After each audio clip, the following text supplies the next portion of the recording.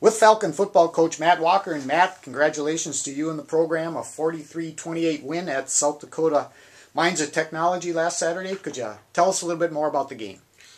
Well, it's clearly a special day for all of us, and something that we needed bad. This was a great win because it was a huge team win. It took every piece. Everybody played well. Let me start by saying it was a great opponent. They are that's a good football team and a talented one. I know they're having some struggles early in the year with the record and the scoreboard, but they can flat out play.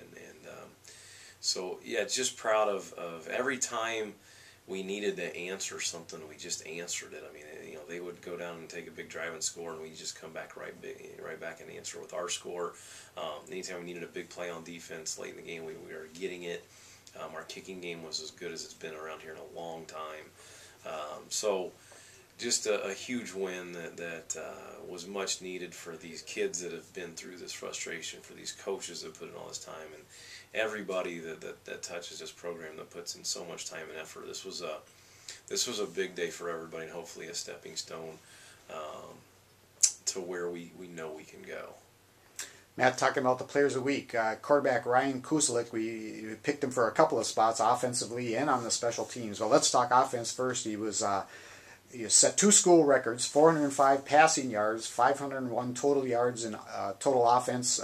That total offense mark is fourth best all time in the WIAC. Completed 32 of 45 passes through 3 touchdown passes, no interceptions. Had a long completion of 61 yards. Also carried the ball 15 times for 96 yards and scored on a 12-yard run. On the kicking side, he punted 6 times, had 2 punts downed inside the 20, 1 at the 6, 1 at the 2. South Dakota didn't return any of the 6 punts that he kicked. He also kicked 5 extra points. Quite a day for Ryan. I've been around a lot of football, and I've coached some pretty unbelievable players and seen some pretty incredible single-game performances, but that's maybe as good as I've seen. It's surely as gutsy as I've ever seen. Anybody that throws for over 4 and runs for 100 yards, that's a pretty incredible day. Boy, he just was on fire. I'd love to tell you that it was great coaching and we had him prepared better and whatever. He just went off and was just on the mark. And those that know Ryan know he's a special kid, and he's kind of the heart and soul of this, and has invested a lot, and been, was elected a team captain as a sophomore, and has had a rough beginning of the year, and taken some heat for being the quarterback on a team that struggled. And this was a huge day for him, and I'm so proud of him, and I can't say enough about the kind of person that he is. He deserved this, and yeah, he was throwing it on fire. Boy, he was running it effectively.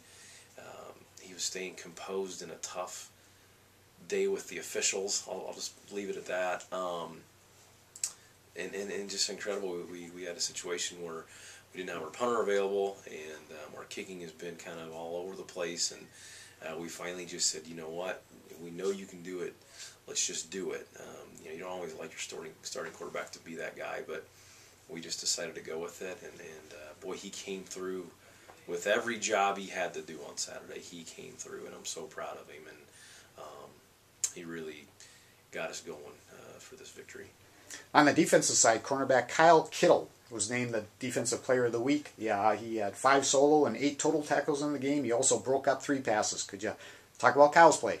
It was a great defensive performance as a whole, and it's the same thing on offense. We had 2 receivers over 100 yards and a back that went over 50, and just a great, solid day with everybody. But defense was the same thing. It was such a gutsy performance.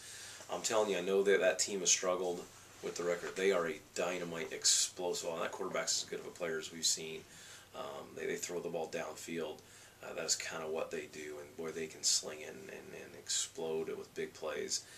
To hold a team like that to where we did, I was really impressed with our defense. Like I said, it was gutsy. Our defensive backs really stepped up in a game where they needed to. They did, and Kyle, a number of pass breakups. He was making plays and tackles in the secondary. They tried to pick on him a number of times down on the goal line with his height, and he just, they got him once, but he just kept battling. And Robbie Flom had a great game in DB, and Ledbetter and Register, and Racky showed up, and Jacobson and all those DNs. Everybody's in the backfield rushing the pass. I mean, it was a great solid performance by our defense and a gutsy one against a really, really explosive offense. Man, looking ahead, the Falcons do not play this weekend. I don't know if that's good or bad after coming off a big win, but October 4th they'll play again, hosting Stevens Point in the homecoming and shrine game. But what's the schedule for this week? Could you talk about that a little bit? Well, there's a couple goals for the bye week. I think the first one's to get healthy. I mean, this is kind of come at a good time for us. My experience, it's been really good to win going into the bye week. Those bye weeks coming off of loss have been really tough that I've been in. The ones with wins have it's been a nice shot in the arm going into the bye week. But with some of the guys that are bumped and bruised, we'll pull back pretty hard this week and won't do much with them. There's a couple guys that they may not hit a guy the whole week. So we'll get healthy as the number one goal. The second goal is to get our young kids some action. I mean, that's one of the, I think with a non-scholarship program, all of us face the challenge of player development. I mean, we all have limited staff, limited resources, and it's hard. I mean, it sounds easy, and it's always a good thing on paper to say you're going to do this and this and this with the young guys, but it gets so hard during the season when you're game planning and getting ready for your next opponent that sometimes it gets lost in the shuffle. This is a good week to get those guys playing again and running our stuff. How they run the other opponent's stuff more than they run our own stuff once the season starts. So it's a good chance to reevaluate those guys, see them in action.